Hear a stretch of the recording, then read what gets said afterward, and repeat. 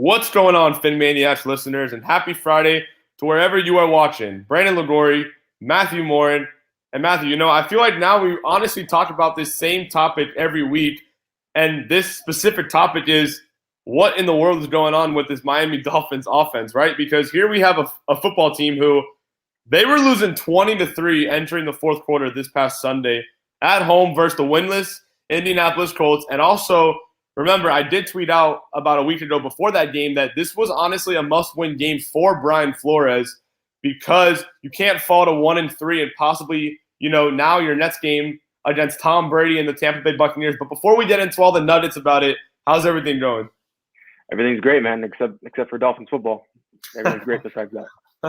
So, we honestly really have to just stay on this specific topic because I looked into some of the stats, even during the game and really after the game, and it just honestly blows my mind how a professional organization with a professional head coach, a professional quarterback, a professional running back, how in the world can the Miami Dolphins only gain 203 total yards of offense in last week's 27-17 loss versus a winless Indianapolis team that was literally banged up? I mean, Quentin Nelson was not available to play.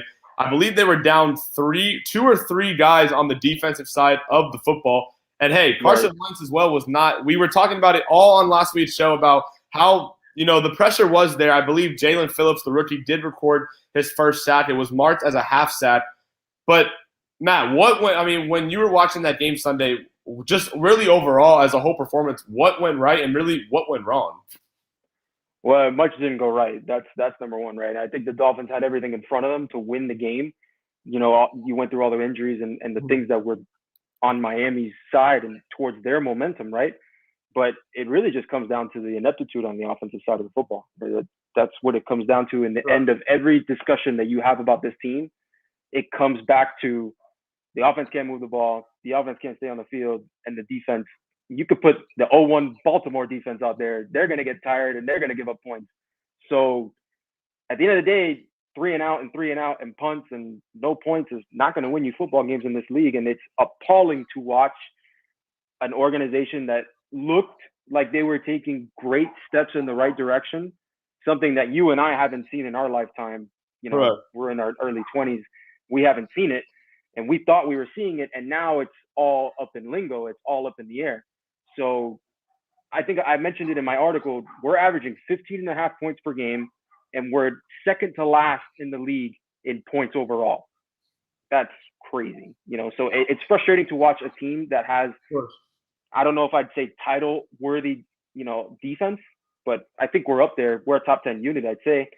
And then the other side of the ball is just like bottom 10 or bottom 5. So it's frustrating, but I think, they just have to go week by week and try to get better. It's the only thing you can really do, right? I think really, you, me, and really many Dolphins fans around the globe, they just want to know who specifically is calling these plays because you look at some of these plays, and even when I was taking a look at last night's Rams and Seahawks game, running the ball on 3rd and 9 with a quarterback like Russell Wilson who's so dynamic at throwing the ball, it's almost really as if Miami's coaches, co-offensive coordinators, Eric Studesville, George Godsey, and quarterbacks coach Charlie Fry, whoever's calling the plays, obviously they're not doing a fair enough job at all because, putting up numbers like this, and, I agree with you 100%, it's not going to win you games. But I really don't care who's calling plays. They're just simply not getting the job done. And when you talk about this upcoming Sunday, you're talking about a quarterback like Tom Brady who, yes, he did only beat his former team by 2 points. It was a rainy night in Foxborough, I'm sure a lot of sports experts probably thought the Buccaneers were going to run away with that football game, win by maybe a touchdown or more. But the New England Patriots were able to keep that game close. And, I'm going to say it until Miami picks up their second win of the season. If it wasn't for an Xavier Howard fumble recovery in week 1, Miami would have an 0-4 start heading into week 5 against Tampa Bay. I don't know about you, but I'm looking at that panic button right now, and I'm worried. I'm ready to hit it. I think some of us already have. And, you look at what New England did against Tampa Bay. Most experts, like you said, would have said Tampa Bay is going to run with this game. They're too explosive offensively. They're too dominant defensively. this will be a game for a quarter, and then it'll just dissipate. But New England put up a fight, and that was a game until the last minute, right? Last 2 or 3 minutes. It was a game. Nick Folk had a 56-yard field goal to, I believe, go up by 1, and it hit the left upright, I believe, and bounced out. And that's the difference. What I'm referring to, that's the difference between a Bill Belichick coach team that's won multiple titles and has a winning culture established for more than 2 decades. They can go out, no matter what personnel they have, they can go out and compete against a legit Super Bowl team, a team that has a chance to repeat. They can go out and make it a game, even if they have a rookie quarterback, even if they're banged up on offense, even if whatever. Bill Belichick's always going to make it a game.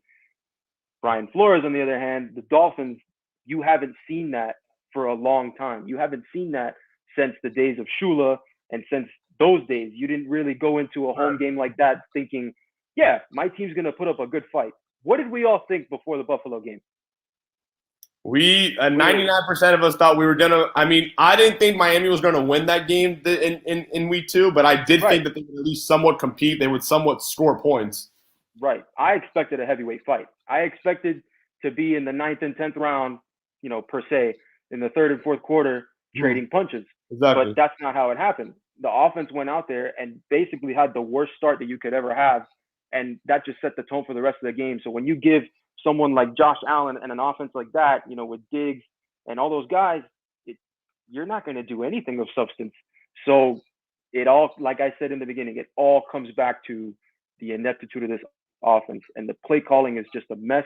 They're basically calling plays like playing telephone. Flores says one thing that this guy's calling the plays. Trent Dilfer, who's a good friend of Tua, who obviously knows people within the NFL, is saying that Charlie Fry's calling the plays. So what is it really? I think there's a lot of soul searching to do within that building, and they have to figure it out if they want to salvage anything this season, with Tua or without Tua. So that's my take. Well, they're going to have to figure it out soon because, this upcoming Sunday, they're going to be squaring up against probably the greatest quarterback in NFL history in Tom Brady. Say what you want. He won't have tight end Rob Gronkowski, who is out for the 2nd consecutive week with a rib injury. But, Matt, you take a look at this Tampa Bay Buccaneers offense. You got Mike Evans. You got Chris Godwin. You got Antonio Brown. You even got a decent tight end in Cameron Brate. I mean, the Dolphins are obviously going to have to score points. That's obviously common sense. It's not rocket science to figure that equation out. But what in the world, this is probably going to be Tua Tagovailoa's last game missed before returning to that London game, October 17th against the Jacksonville Jaguars. So the spread right now is Miami by 10. How do they pull off this massive upset? Because when the schedule came out this past May, this was the game that Brian Flores circled. This was the game that all Dolphins fans probably circled. Because they're playing the reigning defending Super Bowl champions. How do you compete against a team like this? You gotta have some things go your way. I'd say that Miami can't control this completely. That Tampa Bay is just too talented and too well coached. You got Byron Leftwich calling the offense. You got Arians obviously watching over everything, and it's just a lethal attack on both ends. They've returned all 31 starters. 20, all 11 on the starting offense and all 11 on the starting defense. My mental math is not that great, but they returned all starters on both ends of the ball. So it's tough, man. Miami has to go in there, and first of all, the play calling philosophy has to change. You have to take chances. I don't care what you think you can get away with. Like, you have to take chances against this team. You're going to have to score points, right? And you're going to have to get your occasional stop. So it's got to be long shots. It's got to be. I know Fuller's out, which is, which I was going to briefly touch on that. So Will Fuller suffering a broken finger this past Sunday in that 10-point loss, now being placed on IR. I was taking a look before we went live at the Miami's final injury report that came out about 3-4 hours ago. Devontae Parker, the Dolphins are listing him as questionable. Listen, if Devontae Parker can't go, this is a Mike Gesicki, Jalen Waddle, Albert Wilson, Preston Williams game. I'm not really too confident in Miami's receivers compared to Tampa Bay's.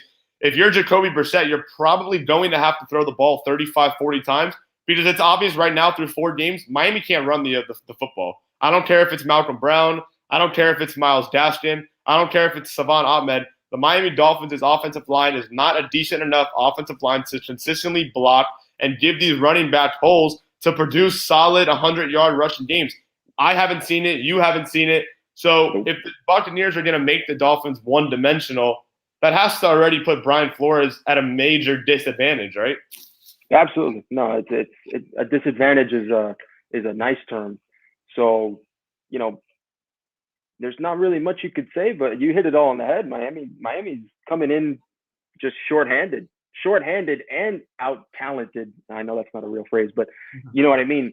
Like, Miami can't match what Tampa Bay has on either side of the ball. It's closer on defense for sure. And, if you want to be an optimistic fan, you could watch the defense and see what they can do.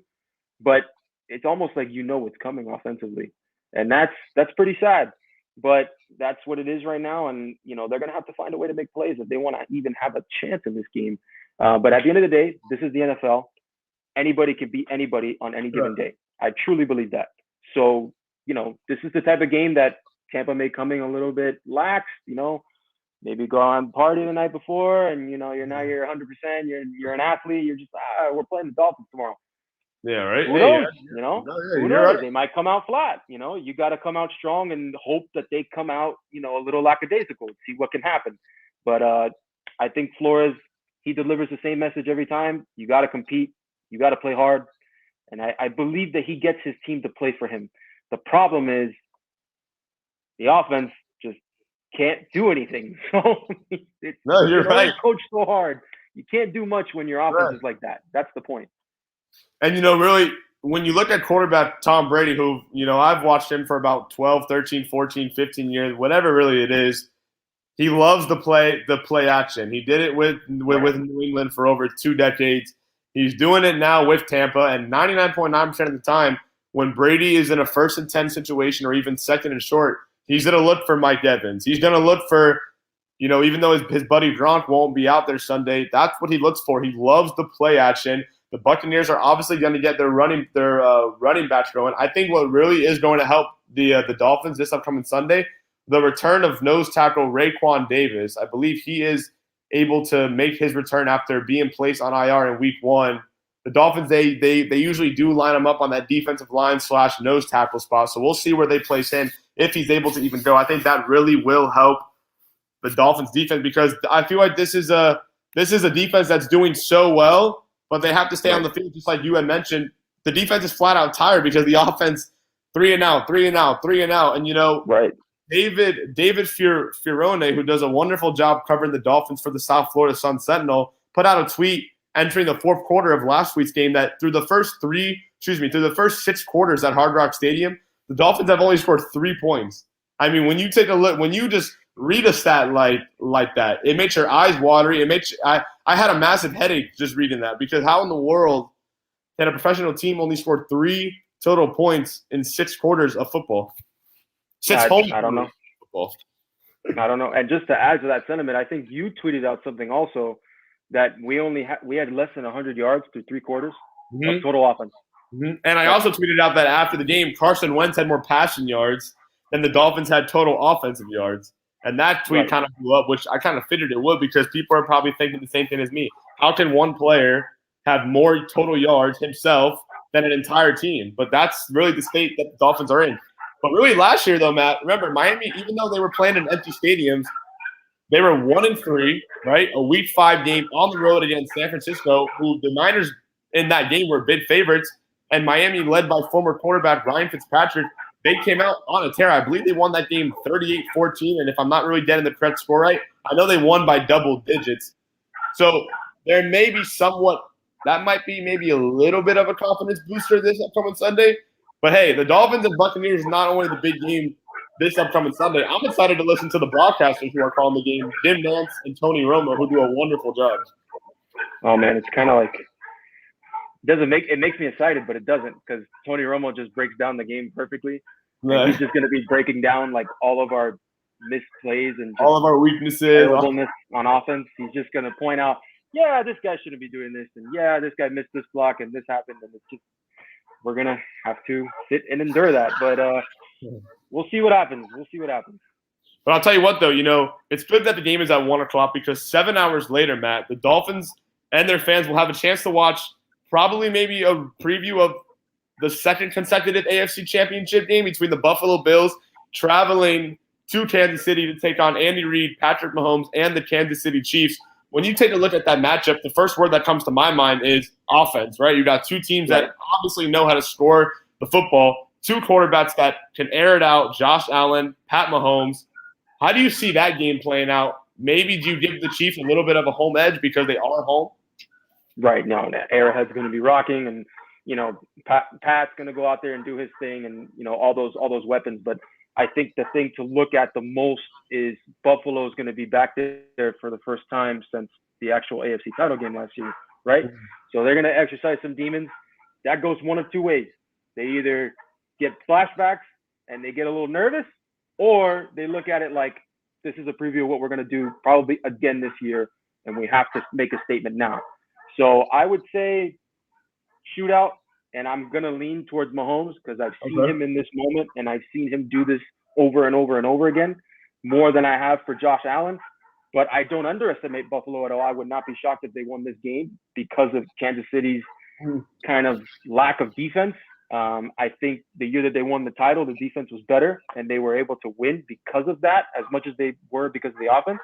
So that's a matchup to watch for sure. I think everyone's going to tune in for that. They'll probably stop watching the game of their favorite team just to look at that one because it's just, how could you not? It's fireworks. Yeah, exactly. So, and before we wrap up, to tonight's show, we have to always close our shows with score predictions. I know this week, 95% of fans are obviously going to lean towards the Tampa Bay Buccaneers, but hey, be careful. Brian Flores knows that his team is a big underdog this upcoming Sunday.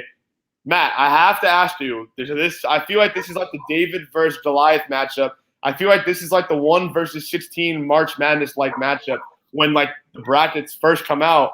I mean, because I believe when you take a look at every Week 5 spread, this is the biggest Week 5 spread between the Dolphins and Buccaneers. I mean, I don't even remember the last time the Dolphins were a double-digit underdog. So how do you see the cards falling? Do you maybe see the Dolphins covering the spread? Because I don't think we both see the Dolphins winning outright. How do you see the dominoes falling there? Well, I'm going to lean Tampa also, and it's really rare, like you said, to see a double-digit underdog in the NFL because of the parity in the NFL, meaning that the teams are so much more closer. It's 32 teams, and anybody can beat anybody on any given day. Now, saying that, like, you look at college, and it's all over the place, 20-point, 30-point, almost 40-point underdog. This is rare, so it really shows you, like, how unconfident Vegas is in the Dolphins. And they're right. So I would definitely go – I'm going to go 37-10 Tampa. Ooh, so we're calling a 27-point blowout win. But this is going to be a close game in the second quarter, and then after that, it's just downhill. So Matthew's bold prediction is that the Dolphins keep it close within the first half. Right, and then it's just a complete meltdown, like always. So I'm going to take Tampa Bay as well. I don't think the Dolphins will lose by 27 points, especially because they know that they have not been playing good football at all. You take a look at that Buffalo game, take a look at that Indianapolis game, and even really the first 3.5 quarters against the Las Vegas Raiders in Vegas. I'm going to take I'm going to take Tampa Bay. I'm going to take Tampa Bay 27-19. I think the Dolphins do cover that 10-point spread. That's honestly my bold prediction for Week 5. The Dolphins. So everybody's going to lose money. Everybody's going to lose money. Hey, I don't know who's going to place a wager on that game. I'm certainly not. But I think a bold prediction, and you can listen to me. You don't have to listen to me. But the Dolphins, I think they do cover that 10-point spread. I just think I'm not even – and another bold prediction that I'm going to throw out, just a quick bold prediction. It might be a little bold. The Dolphins score the first points of that game, whether that's a field goal or whether that's a touchdown. Because we saw what happened last week. Jason Sanders connected on a field goal. The Dolphins going up 3-0. Obviously, it pretty much went downhill from there. But I don't be surprised. We could pop a little champagne at the start of the game because a field goal. Stop the game after the first quarter. Time, right? Yeah. I mean, that wouldn't shock me. That happens in the NFL all the time. If we get the ball first, we win the toss. You have a very methodical, simple drive, and by some miracle, we're able to get in field goal range or score. It's nothing we haven't seen before. So I think I honestly take a look at the quarterback matchup, and even though it's so favored towards Tampa Bay, Jacoby Brissett played under Tom Brady when he was a member of the New England Patriots. So I think that's going to be an interesting battle to watch. Hey, maybe the Dolphins are going to probably pull out maybe a trick play. And remember, Jakeem Grant, who we didn't really get to touch on as much, who was traded this past week for a 6th-round pick. Also, be sure to check out Matt's recent article on the Jakeem Grant trade, who did a wonderful job breaking down Jakeem's role with the Dolphins. Remember, Jakeem was drafted in 2016 out of Texas Tech, so be sure to log on to PhinManiacs.com and check out Matt's recent article on the Jakeem Grant trade. So, Matt, thank you as always, for jumping on tonight's show. Enjoy your football weekend. There's also a lot of great college games to check on: Alabama, Texas A&M Saturday night, Georgia, Auburn, and the Red River Showdown between Oklahoma and Texas. And I have a lot of people close to me that are leaning towards the Texas Longhorns. Texas may be back, but I want to start saying the Miami Dolphins are back. So let's hope that they somehow pull off a massive shocker this upcoming Sunday, Matt. Hopefully. We'll see. We'll see. For Brandon Liguori, Matthew Morin, this has been the Week 5 preview of the PhinManiacs preview. Be sure to check out my work, Matthew's work. Be sure to give both of us a follow on Twitter, Instagram, all social media platforms. And thank you as always for listening. This has been the PhinManiacs preview. And happy Friday, and enjoy your football weekend, folks. Fins up as always.